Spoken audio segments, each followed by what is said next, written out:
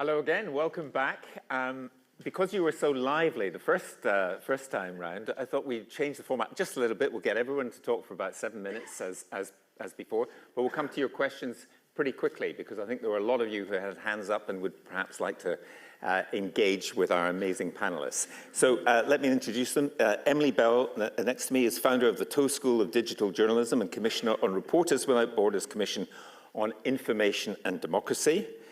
Professor John McDermid from the Institute for Safe Autonomy, Elizabeth Seger from the Tony Blair Institute, Saad Mohseni, who's founder and chair of the Moby Group, that's a Dubai headquartered, I think, entertainment and media company, and Sam, who we saw earlier, Sam Fowles, who's a barrister and senior fellow at King's College London.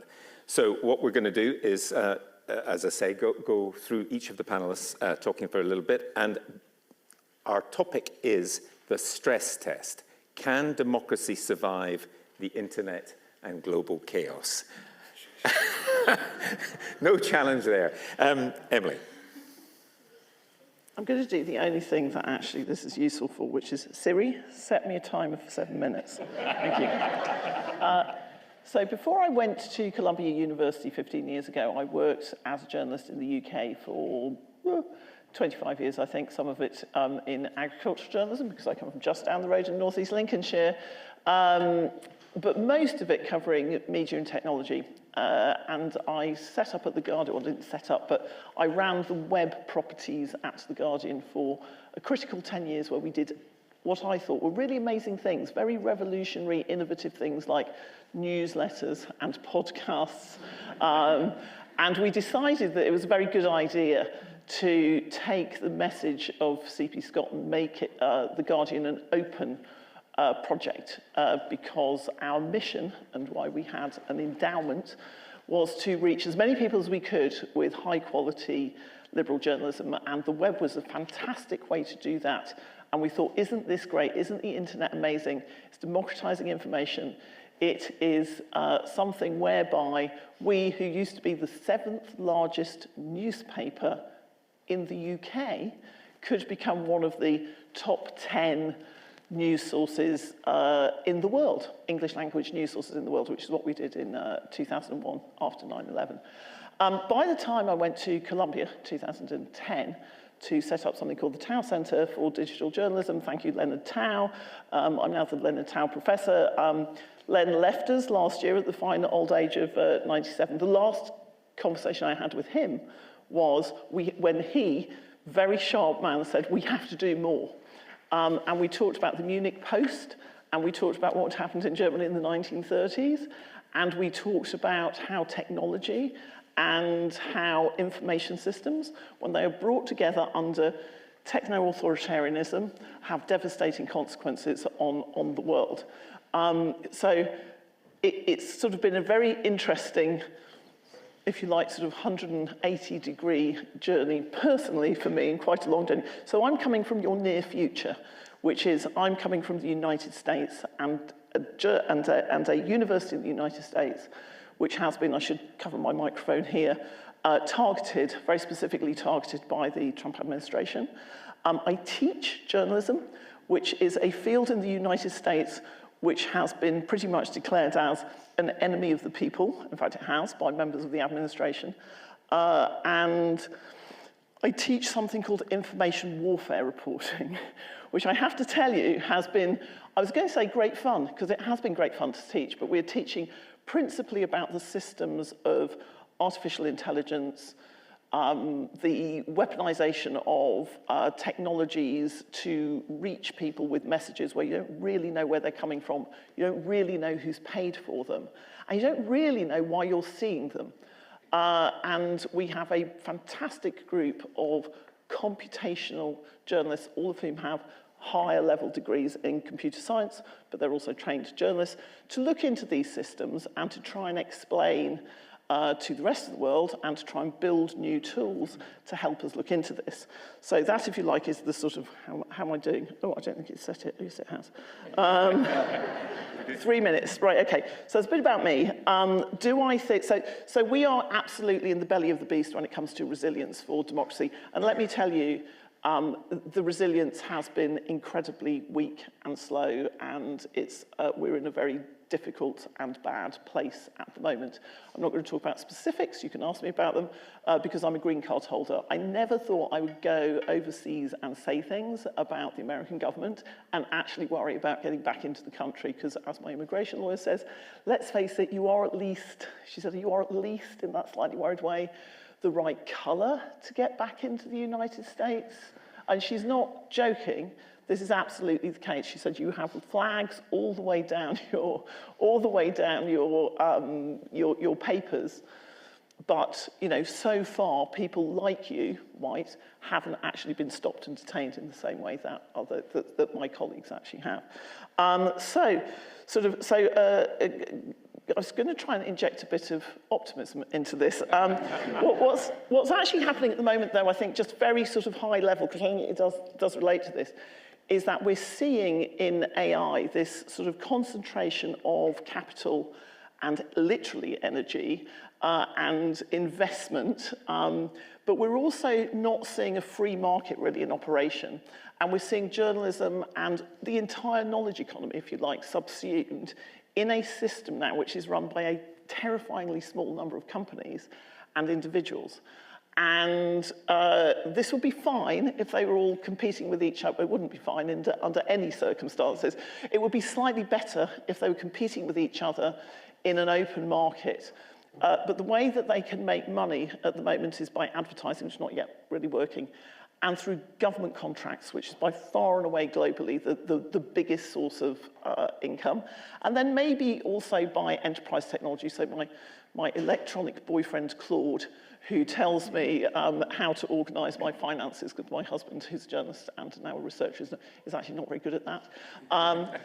So we all use it in our classrooms. I use it in my personal life. We are part of this system. But I'm also sort of in the position of studying it as a roll-up of power of the type that we need a knowledge economy to push back against. The only reason we know anything about these companies and what they're doing, about the surveillance state, about how hallucination and faults work within the system, is through independent academic research and investigative journalism. Surprise, surprise, these are two fields that the current US government is not very keen on, and that the large companies don't really want to support anymore, in as much as they ever did support them, which frankly wasn't really at all either. So we're sort of in an interesting position, and I wouldn't say this is the future, I'd say this is the past. 20 seconds, 10 seconds. Just very quickly on the future, which I hope we'll get to discuss. We're now moving into a sort of a two-tier structure whereby machines will talk to machines and produce content. I wouldn't even call it sort of journalism or knowledge for each other. And you will have elite information for rich people and for educated people, and you'll have slopaganda, that's a great word, slopaganda, fake or material that has low quality, but maybe has kind of high value to some of these companies, and certainly to hostile actors, whether they're commercial or whether they're governments, in the other layer. So those are our challenges. I do think that we've actually got some solutions, but I won't say those till later. Sorry. Anyway. I'm looking forward to the solutions. Hooray. So great Sunday afternoon start for everybody. Thank you. It's being optimistic that keeps us going, isn't it? It keeps us so cheerful. John, and you've got some slides, I think. Yeah, I do. Come to this in a moment. So thanks very much. So I'm an engineer, not a political scientist or economist or behavioral psychologist. So those of you who are, please forgive me, because I'm going to transgress into your disciplines today. As an engineer, I've worked on safety of software-intensive systems for about 40 years. The last decade or so, those using AI. So my perspective today is going to be on the impact of AI on democratic processes. We have democracy surviving in our title. It means to me not just carrying on having elections. I'm sure we will, but governments acting for the public good, not just on factional views, maintaining themselves in power, if you like, preserving liberal democracy. And to me, this means aligning the public good with what's achievable in government. And the overlap there is meant to mean only part of that will actually turn out to be possible. So what is the public good? Well, there isn't a simple answer. But the question has become much more complicated by the rise of single-issue parties, as we heard this morning. Social media and AI are very powerful factors here. They can help create echo chambers where specific views are reinforced and those who hold differing views are demonized. So cookies on websites and AI are very good at personalization of data. We browse for something, then we see adverts that try to sell us what we've been browsing for. And the same with information that shapes our views, likely making those views narrower and more polarized. AI tools such as ChatGPT are unreliable, but they're designed to be convincing even when wrong. This little example, it's asked about which country produces the most rice. It gives an answer. The prompter challenges that, so it changes the answer from China to India. If this was a human being, you would say it was being sycophantic, and actually it was right in the first case. So this is the sort of behavior these tools have, hence what I mean about dealing with echo chambers. Perhaps more perniciously, they also can generate deep fakes, so-called. This is a picture of Donald Trump being arrested, a deep fake as far as I know. It might have changed since I wrote these slides. But these really shape our behavior, our understanding of the world. So AI and social media can really have a profound impact, and I view it as having the possibility to drive a wedge between what's the public good and what's actually politically achievable. But if we're going to have support of the populace, then I think the economy is really super important, and that's what I now want to turn to. Of course, I'm not the first to realize this. This is from President Clinton's 1992 presidential campaign, the famous "It's the economy, stupid." But I would put this a different way. The better I feel about my own economic position, the more likely I'll be prepared to pay taxes to support others who are in not such a good position and to support other government initiatives. But the UK currently has some significant economic challenges. This is a graph of individual GDP, and that dotted red line is what it would have been prior to 2008. So these challenges are very significant, but AI has a potential to be an agent of growth. So as well as being a problem, it could be something that's actually beneficial. The OECD estimates that UK labour productivity growth from AI could be between 0.4 and 1.2 percentage points annually over the next decade, second only to the US amongst G7 economies.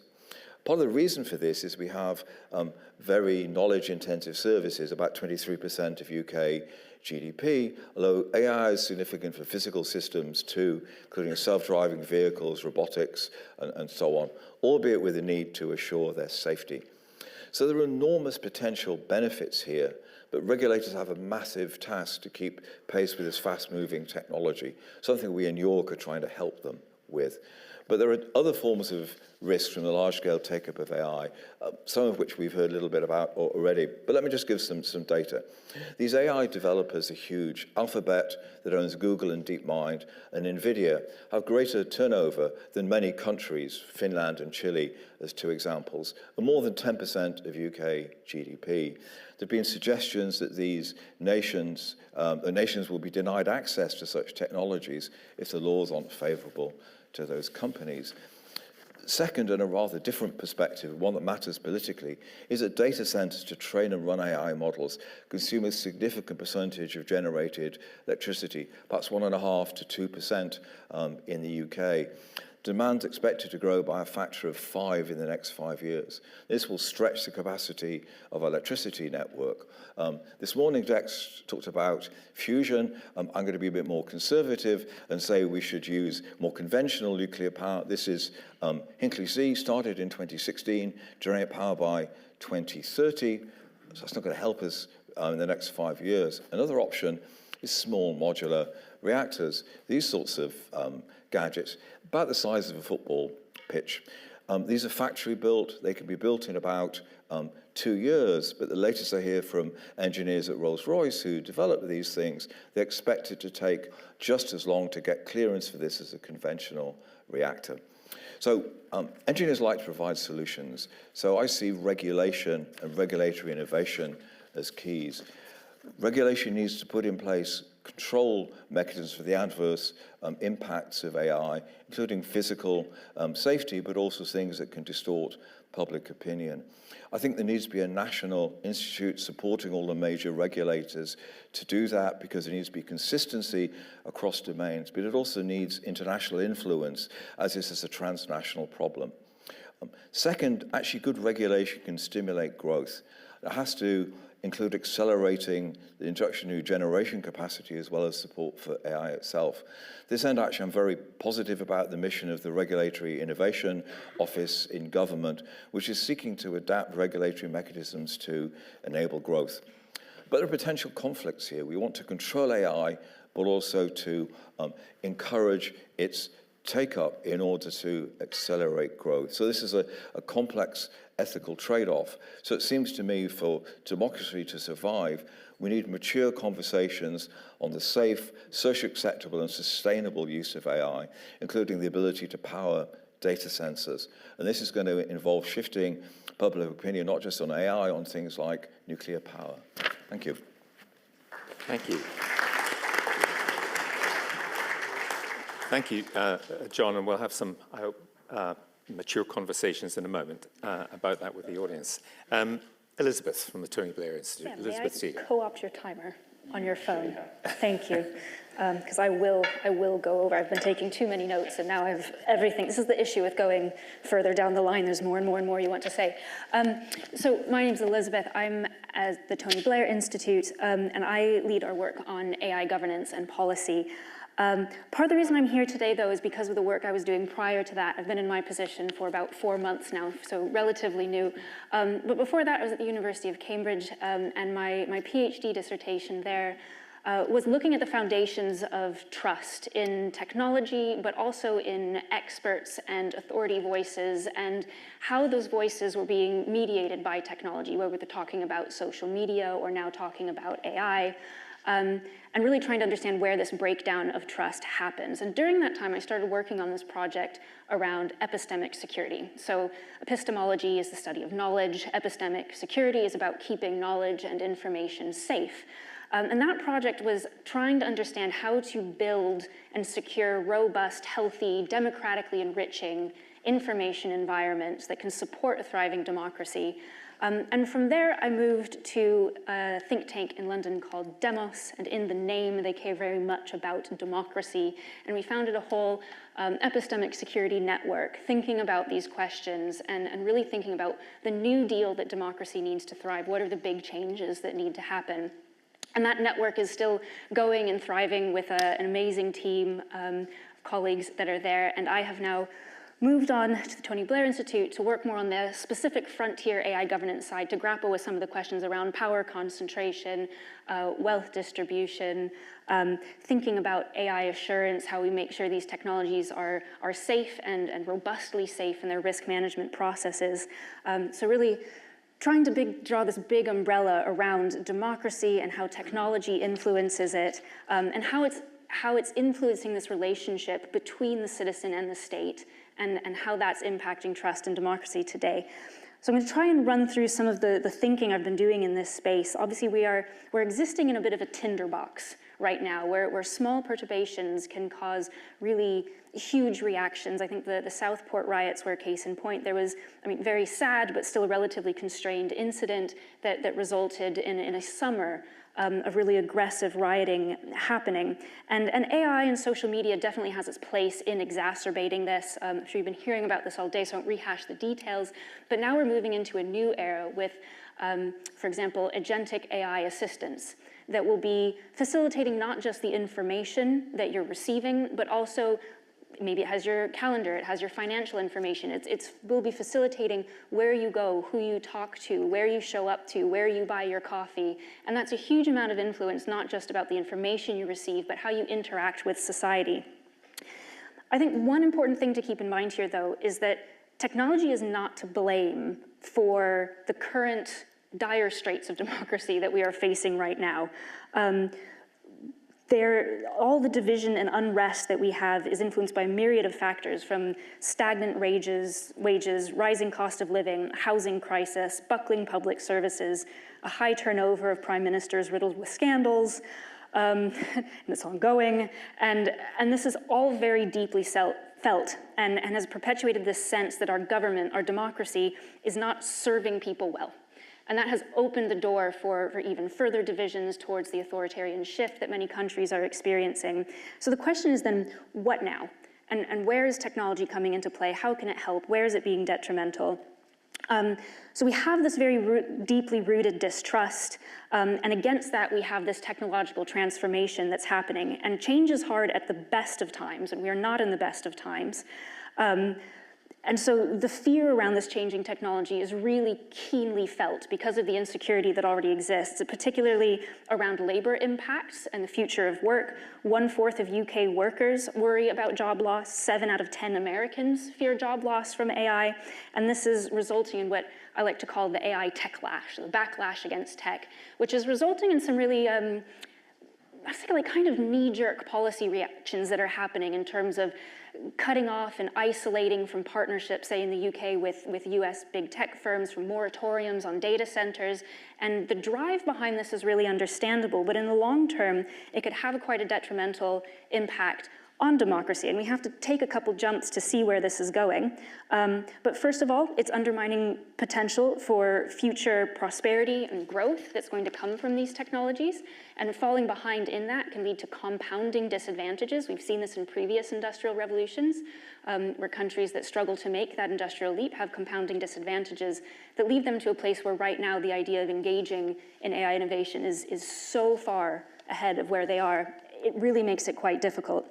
But then also, if you have those compounding disadvantages, the second issue is that then risks further social and political instability. If people have, again, there's lower growth, lower GDP, rising housing prices, inability to afford, that further undermines and digs us deeper into the situation that we're in. So we're in this really tricky position where people are rightfully afraid of what this technology is going to bring, but at the same time, having a complete backlash against us will only dig us deeper into the situations that we're facing. So how do we navigate this situation?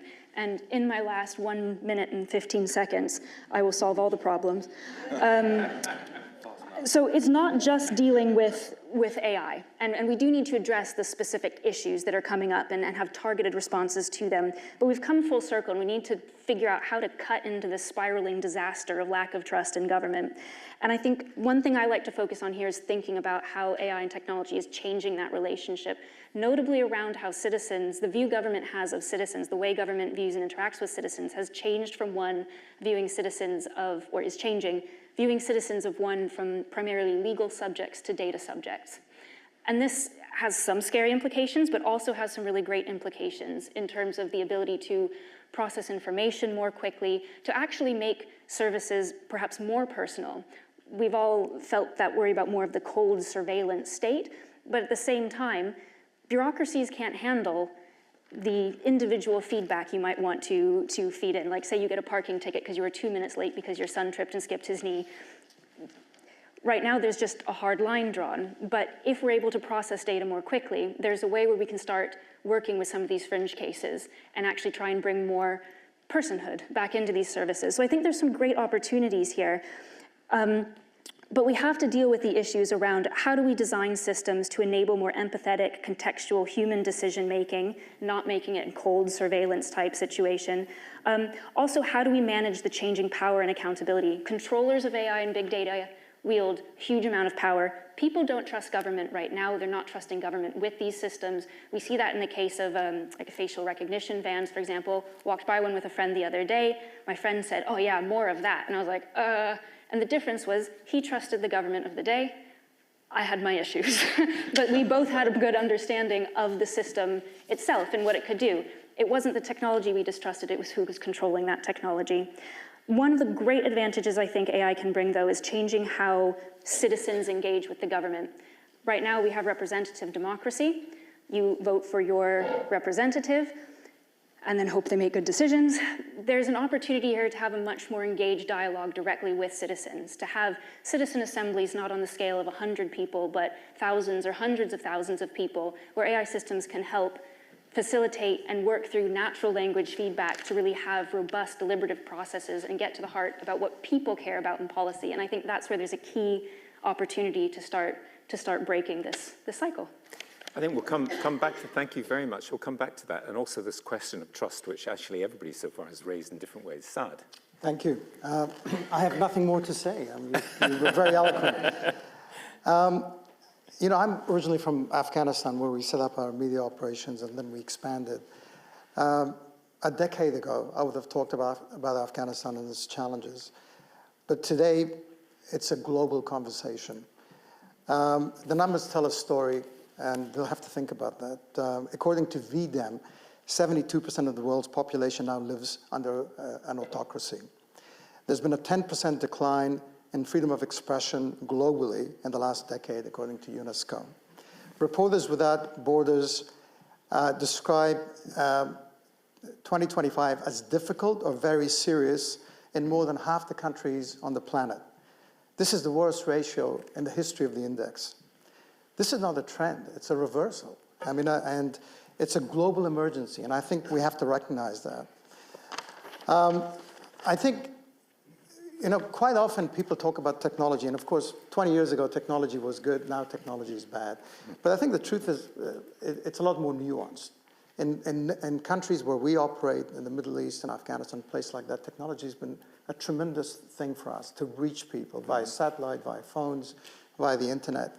And I think we have to be thankful for that. And it is a two-edged sword. And it's been weaponized by governments everywhere, it seems. It amplifies disinformation, of course, at the state scale. As we saw in Iran, they could shut it down within seconds.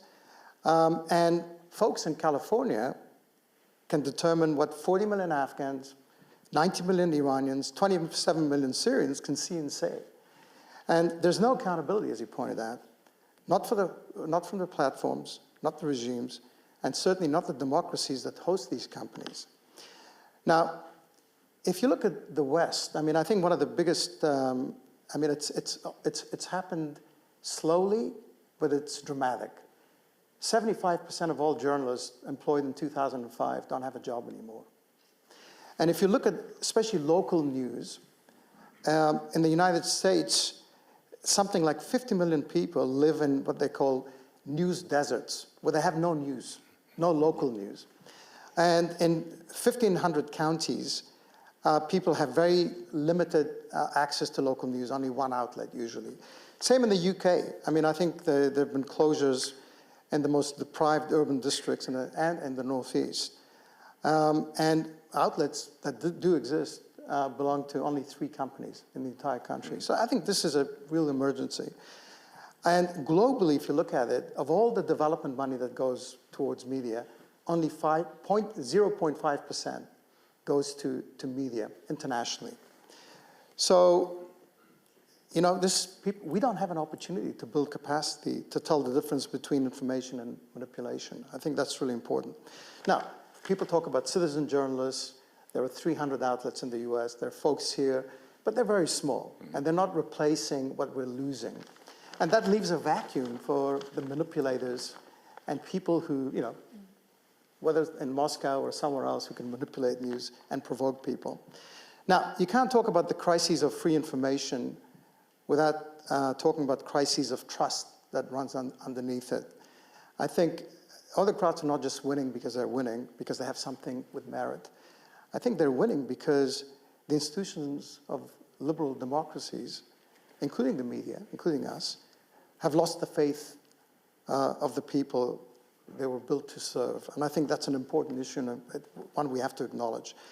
Now, if you look at the US, UK, and Australia, I mean, if you're a young man, and I have some young kids, they look at housing they cannot afford. They look at wages that will not grow. They're looking at jobs they can never secure. And they're looking at people with a tremendous amounts of wealth, or even the ones on Instagram. And all they hear about is AI depriving them of their jobs. So I think it's a real crisis. So what do? They pick up a device, and which sorts them into tribes, and gives them a version of reality that only provokes, right? And I think that's an important issue. And what they're told is that the institutions are rigged, are lying, and nothing works. So we have political systems, and their job is to absorb that frustration and convert it into change.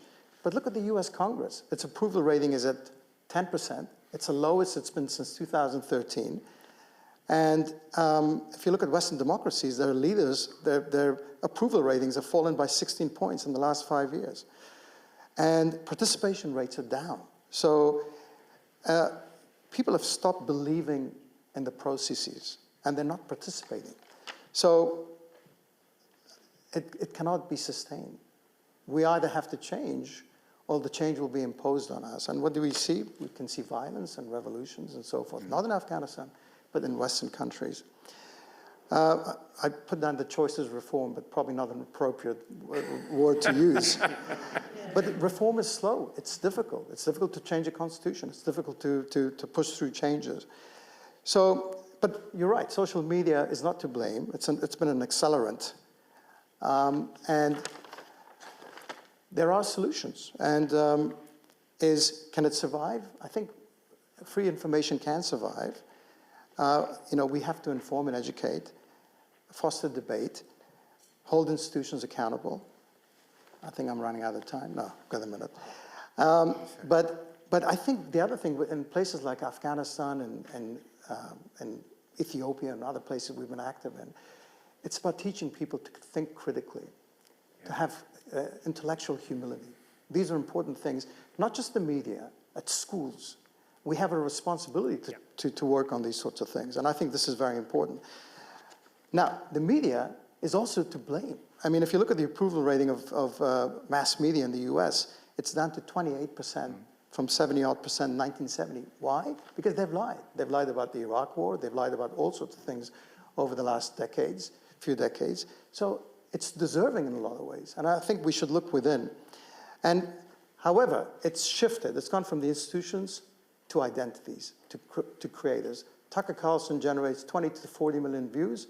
When he was on Fox, top rating show was 4.5 million views. So there is an opportunity to work with these citizen journalists, with these influencers, with these characters. And there are other solutions, but I'm going to leave that for the next session. Thank you. Thank you, Saad. Thank you. You reminded me of my favorite American bumper sticker, which said, "You think education's expensive, try ignorance." Yeah. Anyway, let's not try ignorance. Sam, would you like? It's just interesting what you said about working with influencers. On my cycle route home, there's an influencer from GB News who films his little spots right on my cycle route, and so I make sure that every time I cycle past him, I shout "dickhead" really loudly. The revolution begins here. I thought I'd take a step back, and because we've heard a lot about sort of technology. My view is that actually democracy was the technology isn't the reason that democracy's struggling. The weaknesses, the structural weaknesses, were already there, and this is simply something that has exposed them. And we've heard obviously incredibly astute examples of how that exposure's happened. But we haven't actually, in all of these sessions, asked ourselves what is democracy yet. It's just this good thing, like motherhood and apple pie. For me, the best exposition of democracy came from Lady Hale, who said in one of her judgments, "Democracy values each person equally, even when the majority do not."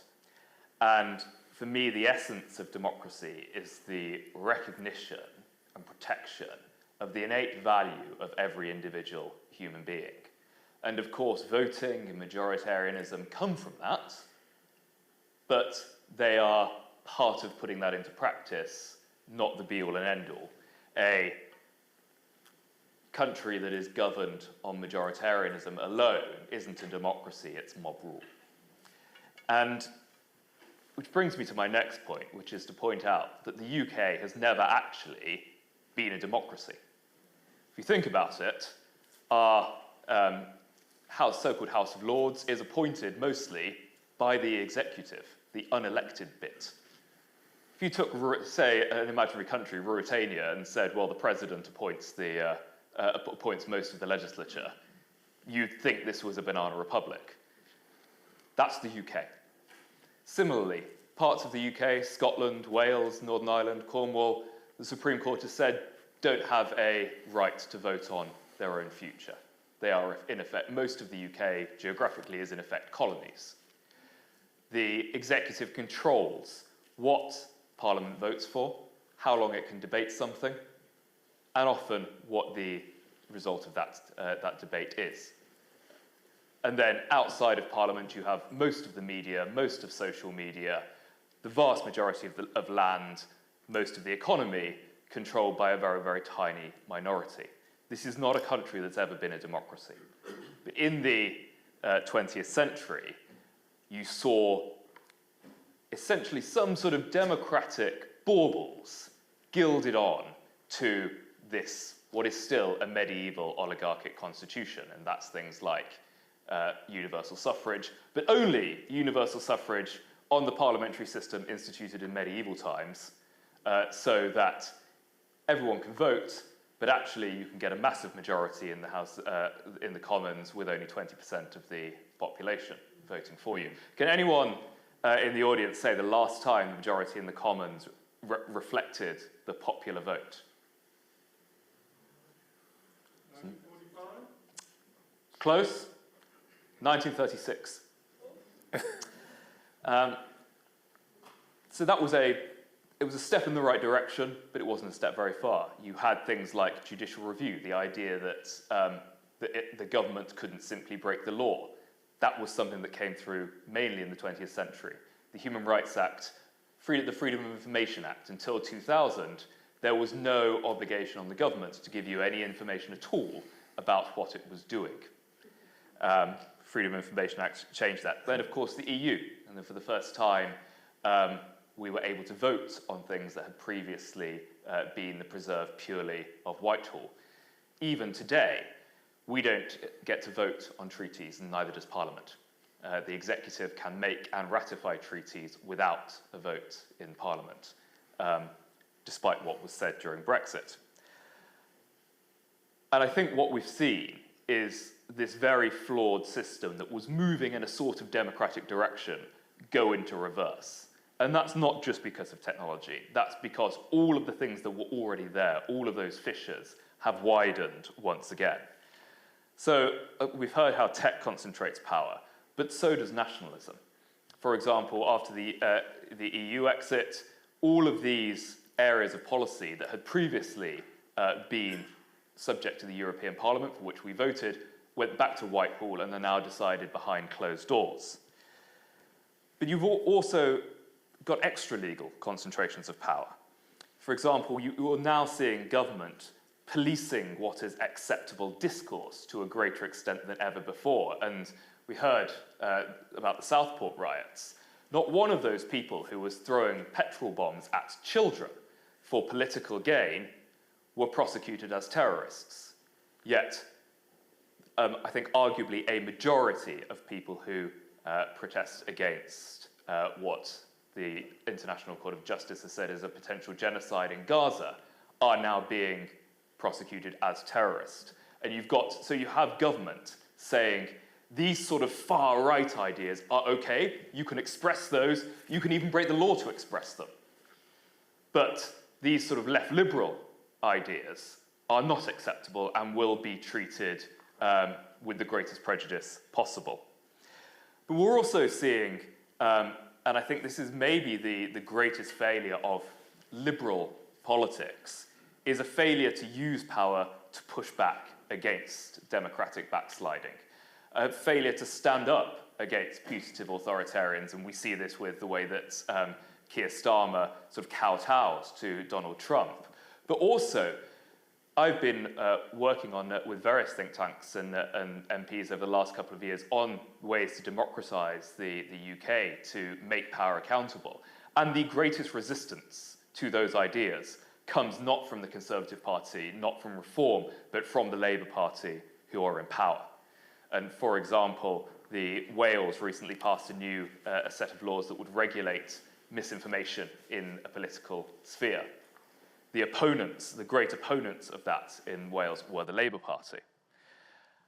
And I think all of this comes down to one thing, which is the small democratic gains we made were dependent on the consent of the elite, but also on the courage of a progressive elite. The progressive elite has lost that courage. And I think that's ultimately the problem we face. Thank you very much, Sam.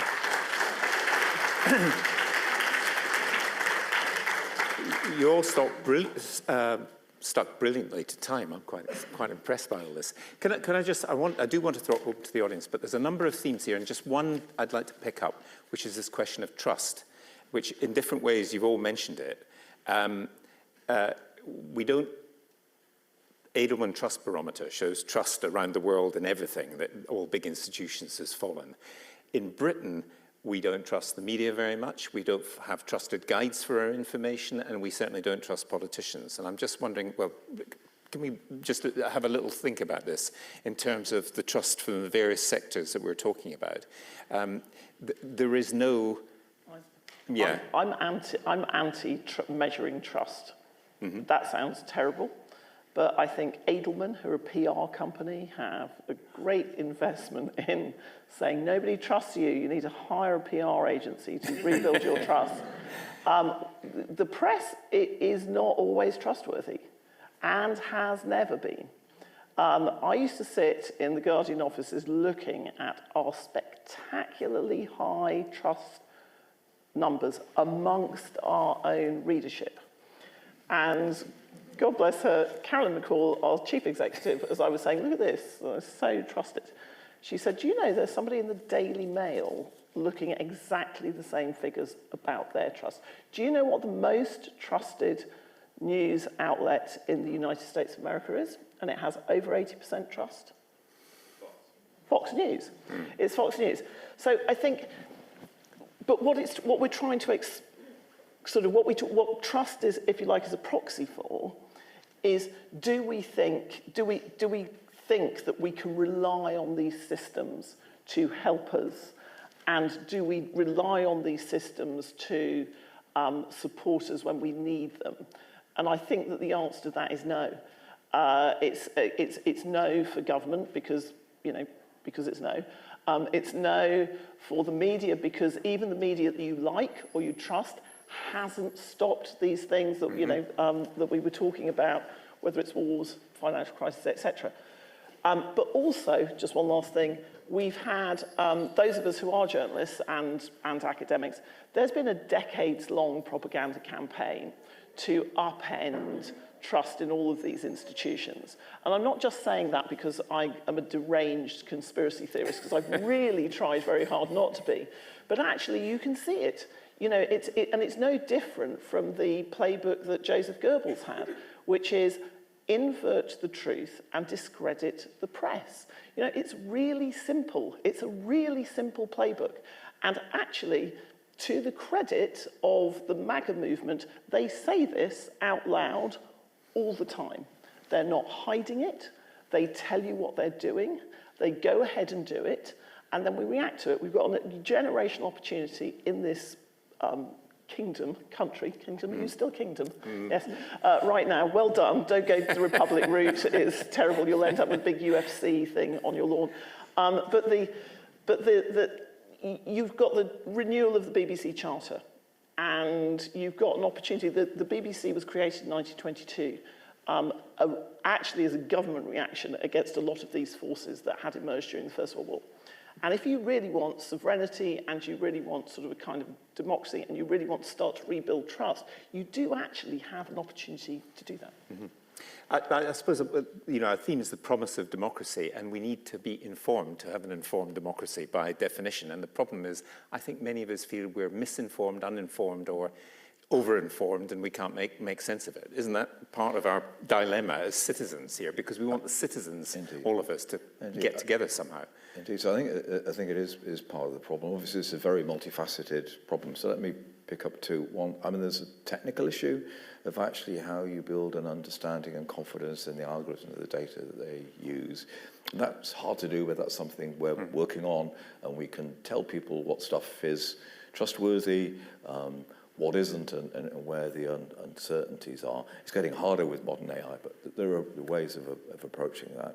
I think the other thing is looking at the other end of the perspective, is that what is it that people value and what is it they want to know? And we need to be honest and open about understanding that and communicating back to them in the terms that they value with respect to the technology. And I think we don't do enough of that. Maybe I as an engineer don't know that other people do that much better, but we need to start, from what society values or individuals value and respond to that directly.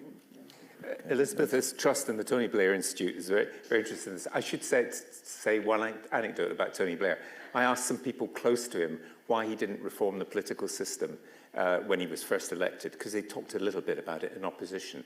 And this chap said, 179. And I said, I don't know what you're talking about. He said that was his majority. He wasn't going to kick away the ladder up which he had just risen. And that's the problem with any change in our society, actually. The same is true of the current government, it's true of others. If you get there, you don't really want to change it too much. Is that fair? And that... I mean, so first of all, been there 3 months, haven't met the guy yet. So he's 3 floors above me.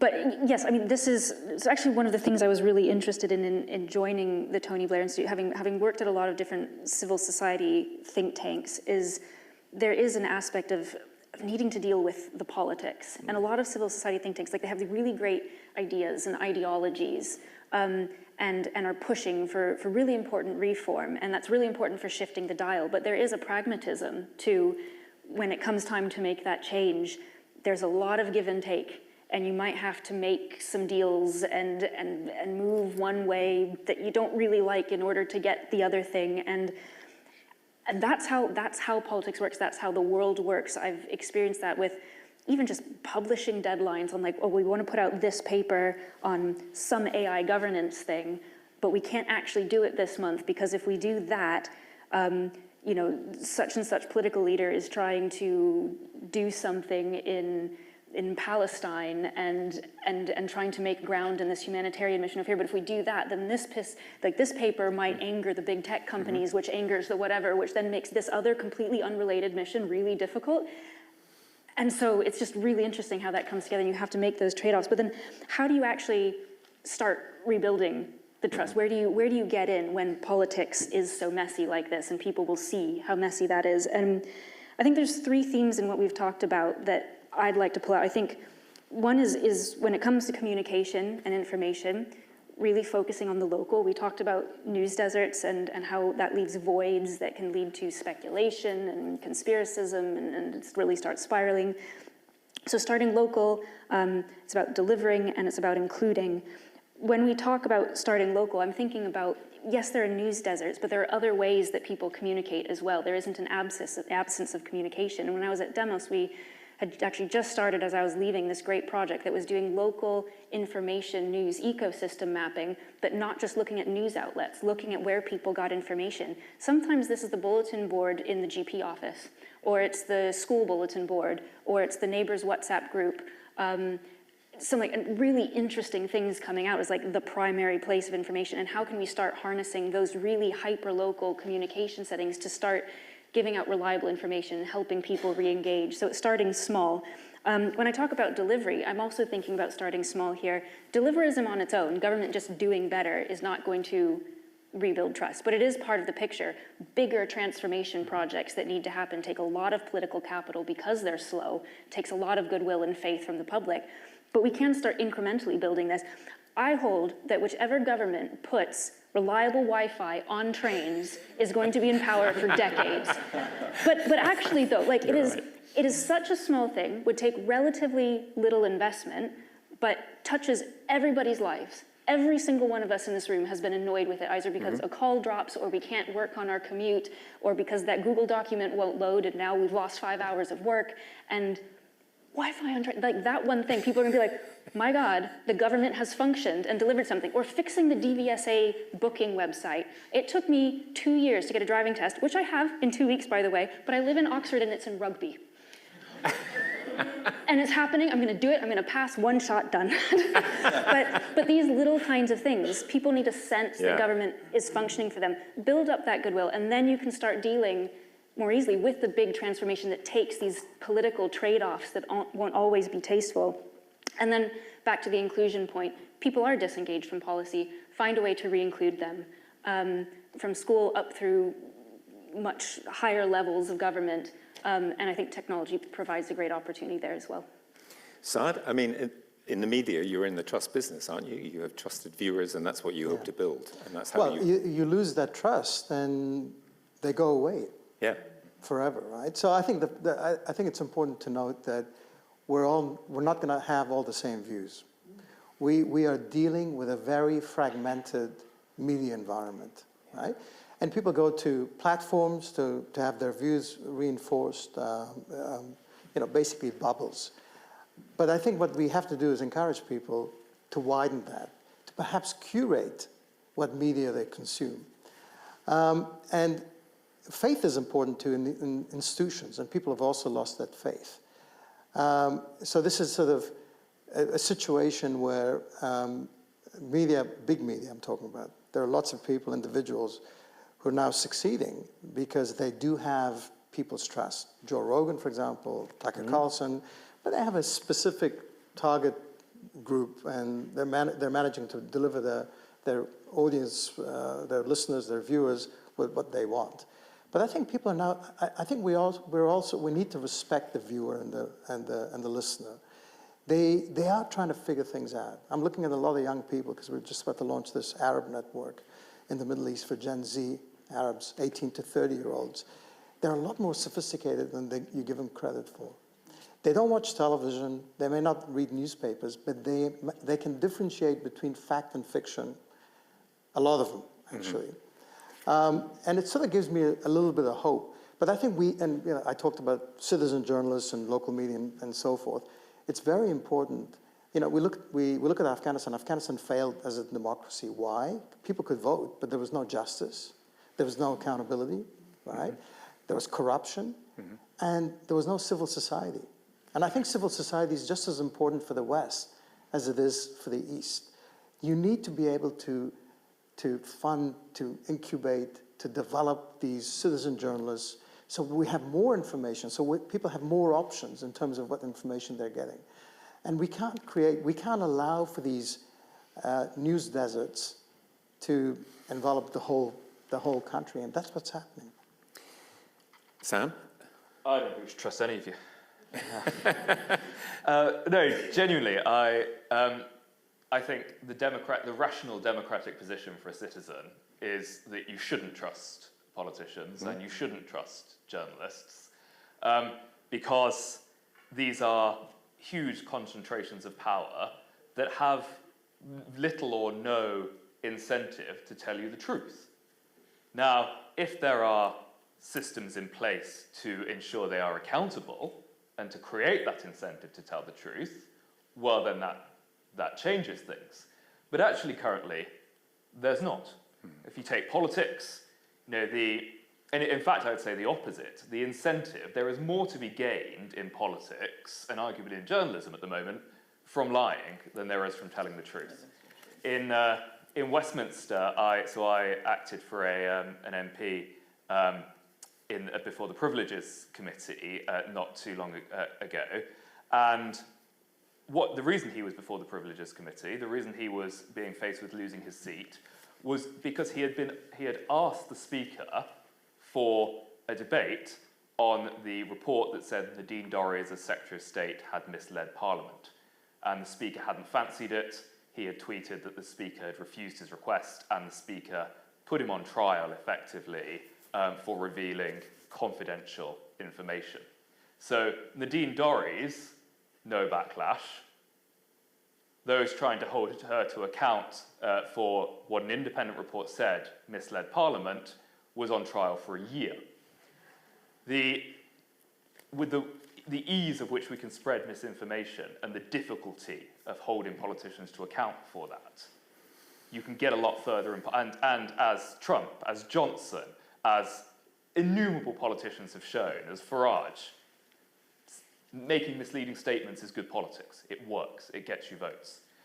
The same with journalism, because as Fox shows, you build a massive, influential and economically successful organization by running misleading stories. Whereas the Guardian, which I agree is fantastic, It's fine. it's, hey, you said it, not me. It has nowhere near that sort of reach. And this is because, again, you get a lot from lying, and there's no incentive to stop you from doing so. And so until the tiny unaccountable elite that runs journalism, social media, AI, until they are accountable, we should absolutely assume that they're lying to us. Thank you. On that non-controversial note, let's throw it open to some questions from the audience. Who'd like to begin? Lots of people. There's 2 or 3 over there. You want to bring one there, and somebody on this side too. The race to the microphone has been won by you, sir. Hi. I'd like to make a plea for tolerance in the old-fashioned sense of instead of saying I'm right and you're wrong, which is fine, and let's debate the reasons, there seems to be a tendency from what I might dare to call our side to say I'm right and you're bad and we shouldn't listen to you. And if I could give a quick example, which at least one of the panel members I think will know the reference. Dr. Michael Foran, a law lecturer at Oxford University, had just started a series of lectures open to the public on that hot potato, sex, gender equality and the law.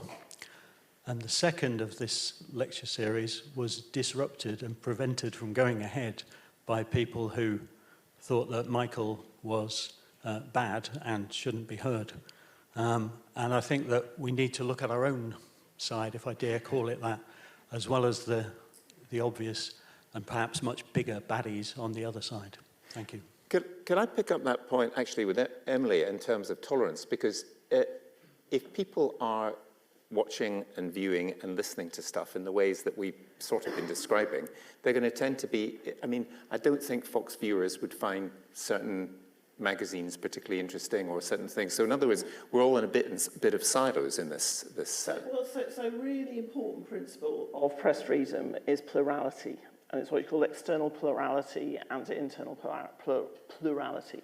So external plurality is, do you have enough different points of view and different models out there, whether they're non-profit, whether they're public service, whether they're left-wing, right-wing, centrist, whatever. Do you have enough of those? That's a big and important question, which actually media policy has regulated somewhat in the past. And then the second thing is internal diversity. But not every organisation has to have internal diversity. You can have a point of view. I grew up on The Guardian. I have a point of view. I'm pretty open with my students about it, probably less so now than I was. But also, I was a student activist.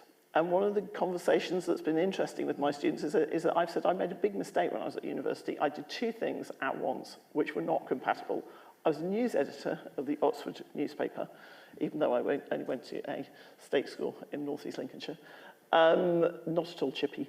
And then I was also a student activist, because I was the secretary for the Anti-Apartheid Society. And we were the home, 80s students in Thatcherite Britain, were the home of no platforming. So we wouldn't have John Carlyle on, we protested against him, we protested against David Vincent, who was a Holocaust denier. Would I now, so years on, say I did the right thing? I kind of think I did, because I think that's what students should do. Should I do it as a journalism professor at an Ivy League university? Probably not. Should I understand what those different sort of forces are and what plurality brings you? Yes, I should. Do I think that, in America now we have, I think, 1 million transgender people who've had all of their rights taken away from them. And I think here, there's no acknowledgement that this is where, again, a particularly pernicious form of authoritarianism started. We're being asked a really big question at the moment, which is, do we want a free society or not? And a free society means tolerating people who you maybe don't know, and perhaps you don't like, and you don't necessarily like their protest, you don't necessarily like the outcome of it, etc. But that is what a free society is. And in America, we are seeing what happens when that turns. And you can say, well, it's based on this, it's based on that, it's based on the other. All of this comes from exactly your point, which is tolerance, which is, are you prepared to tolerate other people who are not like you? I'm very happy to tolerate Tucker Carlson. I'm kind of glad he's there. I'm even happy to tolerate my old friend Piers Morgan because he's an Arsenal fan, like so am I. But should any of these dominate and take away people's fundamental rights, even to protest? No. Why we have universities is so that administration can say, we don't approve of you. And why students are here are to learn about protest. Protest on our campus and campuses in America has effectively been criminalized. So when you might look at Donald Trump and say, why isn't somebody stopping him? Well, you can be shot in the street, no accountability. You can be thrown out of university, no accountability. The one thing you do want is somebody like Mamdani, not just for his politics, but he is the model of what we're talking about, which is meeting people where they are, in person, fixing the potholes, stopping making things ideological, and being really firm on his lines about yes and no, but I will talk to everybody. And New York City at the moment is a really interesting experiment in that type of politics, what he calls pothole politics, which is turn up and do things, exactly your point, turn up and do things that make people's lives different. Also, the Knicks are going to win in 4, and that doesn't mean anything to any of you, but it's very important to New York City. But it's actually making people in a really difficult moment feel very good about their neighbours and where they live, and also about getting on a bicycle and riding down the road in the morning without falling off it because you've hit a big pothole. Yeah, but there's a fine line between. This is why media, traditional media, has been very didactic and very condescending, and shoving progressive ideas down people's throats. And people said enough. And that's why there's a backlash, whether it's on progressive, on all those rights you've mentioned. Totally agree. Or immigration. Americans Totally saw 8 million individuals walk through their borders, Yes. No accountability, no documentation, nothing. And finally they said enough, right? So I think that I think tolerance is an important word. Yes, teach them tolerance. But, people feel that, your conventional media groups But aren't you talking about exactly what happened in the last election, which is that people voted on the number one issue they voted from in America was immigration. Well, actually second after cost of living. First one, nothing's been done about. The second, lots has been done about it actually. And now there's quite a lot of kind of backlash to the way it's been done. Sure. So actually what you're talking about works in some ways, the Fox narrative, etc. But is it being correctly? One last thing on Fox News. What the you know this, Gavin, are? on Fox News, the top rating show, right? It's probably Hannity, gets 4.5 million views. Mm-hmm. That's it. Cumulative numbers, maybe a few more, 6 million. In a country of 380 million people. 330 million people. It's hundreds of millions of views on social. It really but does. those are the same clips which are, they don't. But they're different audience. Count. It's a different audience. It's a different audience. Anyway, I think, and the average age of a viewer in Fox News is 70-something, right? People, that's not a bad thing, but what I'm saying is people... He's just losing some in the audience, I can tell. People are losing elections for other reasons besides Fox News. Yeah. That's what's important. We have to look at the underlying issues. You're going to come in, Sam. Yeah, I was actually going to say, I think we should there's a good argument for less tolerance as well, because all of this argument is tolerance one way. You never get, no one said, why have pro-trans influencers not been platformed more? The question was, why did people protest a Michael forum? And this is just my opinion, but it's not a good one of Michael. I think he has hitched his academic career to a bandwagon that attacks a small and vulnerable minority, and then moans when people say, sorry, the fact that you're saying I should not exist, or seem to assume that I should not exist, is pretty objectionable to me, and I'm going to exercise my own freedom of speech by protesting against it. There then seems to be a conflation of platform with speech, and these are two different things. Platform is a privilege, speech is a right. So in order for Michael to get that platform, other people were denied it. And I think it's okay to say, look, I reckon actually someone else should have got that platform. I think we should have given this privilege to someone else. No one's stopping Michael going down to Speaker's Corner and giving us his latest views. The final point I want to make, though, is that I'm sceptical of the idea that sort of liberalism has been pushed down people's throats by the mainstream media. I think it's actually the opposite. I'm yet to see an example of this, but every sort of, and look, my knowledge here is more limited than yours because I only know about the UK and a little bit about America. So I want to caveat that. But when you look at, for example, immigration, you get the anti-immigration articles for the last 20 years have outnumbered pro-immigration articles by about 8 to 1. 100%. Now, this just coincidentally, I suppose, happens to coincide with a massive change in public opinion from where immigration it didn't even register as something that people cared about, to it being the number one thing that voters care about.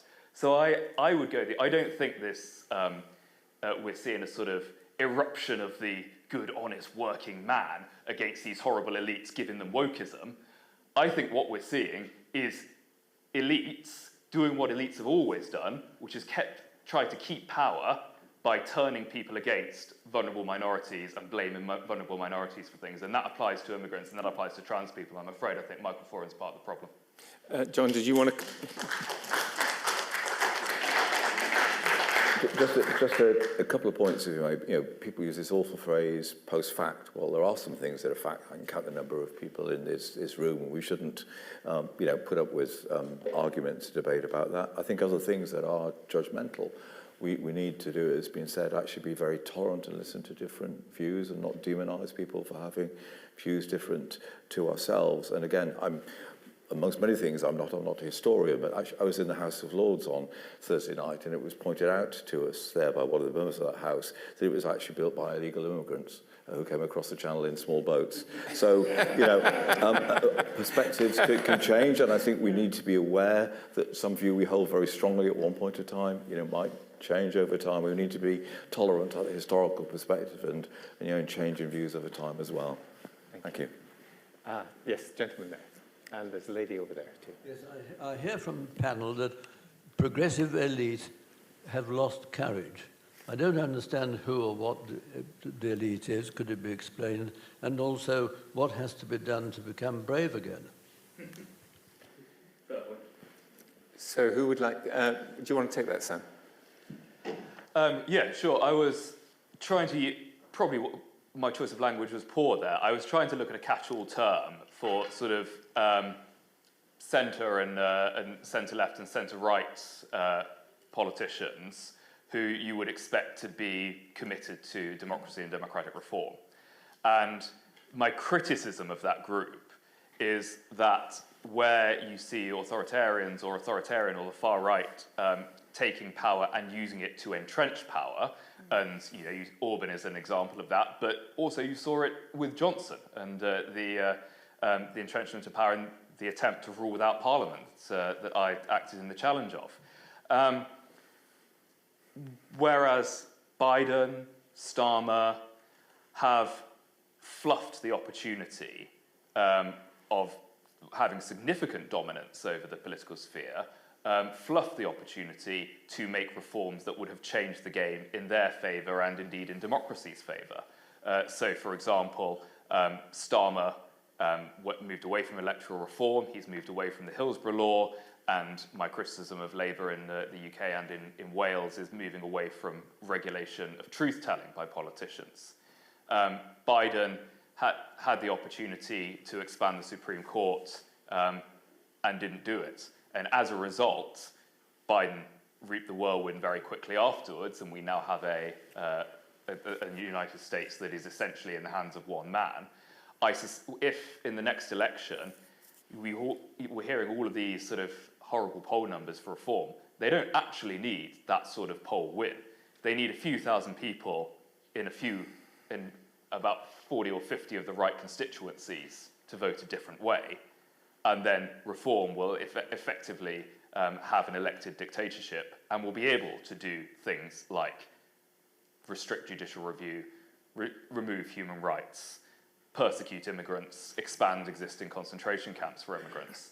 And so my criticism of this sort of bad, quite crude, I accept, catch-all term of liberal progressive elite is that they have, instead of using their short period in power to update and democratize and bulletproof democracy, they used it to they just tried to pander to existing problematic ideas. And just a reminder of our question, can democracy survive the internet and global chaos? I just happened to notice, apropos of what you were talking about, Peter Gagan of Democracy for Sale reported today that 2/3 of donations to Reform UK come from crypto millionaires and billionaires. So there we are. Lady there. I just wonder what the panel think of the word assimilation. Our book club recently read a book called The Handshake.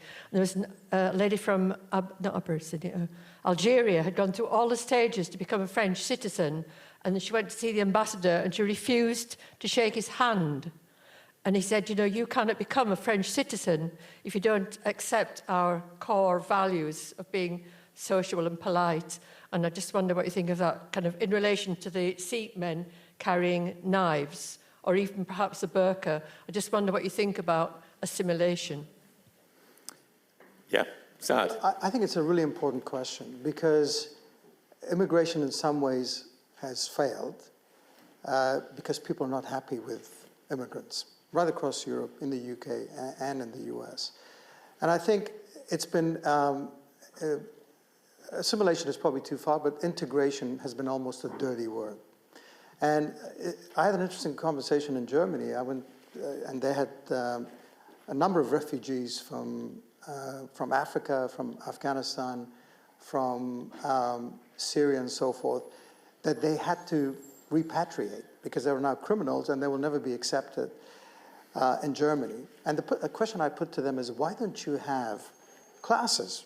Teach them how to behave, when to drink alcohol, how to conduct themselves with female members of the community, because a lot of these people are ill-informed. They make certain assumptions about the West, whether it's alcohol or treating women and so forth. And it's lacking, I think partially because I think it's a very sensitive issue. So I think more work has to go towards, integrating these language, culture and so forth, for them to be better informed so that they can become better citizens. They don't have to neglect their culture or language or traditions, but I think they also have to have a better understanding of the communities they're going to call home. Thank you. Some more thoughts. Gentleman back there. So sorry, this is shifting the focus a little bit from the last topic, but this is directed primarily at the speaker from the Tony Blair Institute, but then to the rest of the panel as well. So I believe that you said in your initial introduction that you've said that reactionary measures to limit the development of data centres and limit engagement with AI and big tech may hamper the development of prosperity in this country and deepen the democratic crises we are facing. Obviously, I'm paraphrasing you there, but I hope that's roughly right. However, my understanding is that the UK government is becoming heavily reliant on AI and surveillance software from US tech companies, which are currently facilitating a US authoritarian government, and this software is now integrated into the state infrastructure in this country. Does the speaker and the panel more widely see this seemingly uncritical take-up of these technologies as a significant threat to democracy in and of itself? Thank you. Yeah, I mean, that is an excellent question, and the answer is that you are correct. And when we talk about these issues, it's often framed as AI sovereignty or tech sovereignty, and a country being able to build its own technology, control its own technology, not have to rely on other countries. And there is this issue of heavy reliance on emerging technologies coming out of the US or China, where they are primarily produced, huge amounts of capital that comes with huge amount of political influence. And this isn't something to be ignored. I think the nuance in what I was trying to explain is around complete isolationism and going for complete sovereignty. We're going to do it all ourselves, versus seeing the value in being able to maintain partnerships where they are critical. And it is a really tricky space to work in, and there is a very strong push in this AI sovereignty debate to say, well, we'll build our own AI and we'll have all our own data centers and we'll control all our own data. But the reality is that, first, there is no country in the world, not even the US, not China, that can develop AI on its own without reliance on other countries for some part of the stack, whether that's access to chips or the raw materials that they come from or data access. It is impossible. The US and China are closest, but any other country in the world who wants to keep up, who wants to engage with, adopt AI technologies, needs to be able to form partnerships. When we think of sovereignty, though, it's not just about controlling the technology itself or being able to develop it yourself. I like thinking about it in terms of value, influence, and access. You want to be able to secure access to this technology, reliable access to underpin the systems that are going to build on it, whether those are public systems or private systems. Access does not have to mean having your own technology. It could mean accessing something that's hosted elsewhere. But then you need to be strategic and smart about how you negotiate that access. What are the levers you are pulling? In terms of accruing value, again, value doesn't have to come from you owning the technology yourself. In the UK, we have an amazing opportunity to accrue huge amounts of value around building AI assurance ecosystems, the model testing and evaluation and auditing services that are going to explode around AI. That's accruing huge value from AI without necessarily being the primary producers of it. But it's a great opportunity given our location. And then influence, again, you have a lot of influence if you're developing the thing. But you can also have influence by being a leader in regulation, by helping influence standards. So I think we need a more nuanced view of how we think about what it actually means to be sovereign. It's about making sure that you are in a secure place where you can negotiate. But then also when you're building these partnerships and dependencies, you can have kind of like a strategic maker dependency, or you can have a passive taker dependency. And the passive taker dependency is when you just say, yes, OpenAI, we will use your technology and not ask you anything for it. The strategic dependency is where we say, okay, we need this technology if we're going to keep up, if we're going to build our systems on top of it, integrate it, get the economic value. But in return, you negotiate maybe co-investment into your systems. There's a great example in Kenya, where Kenya has brought in huge amounts of investment from Microsoft to build data centers in Kenya. But what they've done in return is that Microsoft is tapping into untapped geothermal energy and helping build the grids around it, building critical infrastructure that does not currently exist, that they don't have the capital to do. So that is a really, yes, there's a dependency. They're depending on Microsoft data centers and investment, but they're getting a lot out of it too. And so I completely agree with you. I think that there is a nuance to it and a reality in that we can't do it alone. There is no way to do this AI transition on our own. We need to collaborate. Also, a huge amount of really great work happening around open source AI policy and building up alternatives to these big tech platforms. where you can have sort of like sovereignty through collaboration, having alternatives, making sure that procurement requirements don't lock you in. So there's lots of really great thinking about how to navigate this really tricky problem of reliance without lock-in and strategic dependencies. We've just got a few minutes left. Maybe I could ask you for a bit of a sum up about democracy surviving. And you were not entirely agreeing with what was just said there. So go ahead, Emily. And Well, I think there are several things you can do about partnerships and big tech companies. You can sue them, which is what parents in California have done successfully, to say these are addictive products. You knew they're addictive. You deployed them anyway. They've had deleterious effects on our children's mental health, and now you can pay us for them.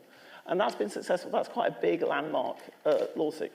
All sorts of things about online safety that I feel sort of slightly, I'm not sure that I completely agree with that, but okay, you can sue them. If you're not going to regulate them, you can sue them. The second thing is, partnerships don't exist with big tech companies. They have all of your data. You know, you are in an asymmetric relationship with them. So you have to do this at local level and at national level. There are data centers which are competing. So there's a bunch of infrastructure being built at the moment which is not collaboratively being shared, which is when one of these companies goes under, which it's going to, you will have a whole set of waste just on this kind of this conflict. So I don't agree that we can't do it on our own. We've been told this since, I don't know it. Actually, the one thing that AI does allow you to do now is build things much more efficiently than ever before. And we should start doing it here, we should start doing it with universities. I'm not going to embarrass anybody on the panel by saying who here has taken funding at one point from a big tech company, whether it's a think tank or an academic or a news organization. We don't do that in my centre, but we are a tiny, tiny, tiny minority because they have been really effective lobbyists for their own agency in this. And I think start thinking how you build better and differently, and you can do it now, and you have the places to do it, and you have the people to do it. John? Yeah. To me, I'm going to link this back to the question about sovereignty. So for democracy to survive with this technology, being able to make informed choices about what gets deployed and what doesn't, as has been said here, that doesn't mean building our own AI, but I think it means having the technical assurance assessment processes, the regulatory processes in place that can control what's deployed and not. I think there's also a very important point about lock-in, and if I was going to write, rule zero of regulation is when these systems are taken on, there has to be a route back out for your data to allow you to then to move it somewhere else and carry on having that service. And I think the problem is we've probably already bought lots of things where that's not true. So actually fixing that is quite an urgent problem as well. So I think it can survive, but we need to be much smarter about how we manage this and how we interpret trust and how we interpret sovereignty and so on. That's a very interesting point. Go ahead, Saad, just a minute or two to sum up. I think the system is broken. Yeah. It needs a reset. And we have to do it soon. As I said before, it'll be imposed on us, and perhaps violently. So I think that's very important. In terms of media, I don't feel that hopeless. I think I see signs that we're just transitioning to a slightly different media landscape, so to speak. But there has to be accountability. The individuals or the companies or the platforms that help disseminate false news, fake news, they need to be held to account. And I think we need legislation for that. So not hopeless, but I think we need to get serious. And we need politicians who have the courage to create a vision and to go about executing that vision. Get serious and courage isn't entirely what you see all the time when you work, Sam, with politicians, is it? Oh, absolutely. I've never cross-examined a politician or civil servant and felt that they lacked seriousness or courage. How about their career? Perhaps I can say as my closing point, despite having been rather pessimistic here, I do think there is a way through this. I do think there is a way democracy, in the way that I described it, can see a way through this. And it's a relatively simple principle, which I call the accountability principle. And that is a principle of constitution, of regulation, that should apply to both public power and private power, which is that the more power you can potentially exercise, the more accountable you must be made to be, and therefore the more regulated you must be. In a way, it kind of works the opposite way around right now, because if you are a benefit claimant, then you are spending a lot more time dealing with state regulation than if you are a tech bro. But with the accountability, if we take the accountability principle as our approach to both constitutional reform and regulation in a wider sense, then hopefully we'll come back in 10 years, Gavin, you'll ask me that question, and I will say, I trust all of you implicitly. Or our avatars will have that conversation, undoubtedly. Thank you for being a great audience, and thanks for a terrific panel. Thank you.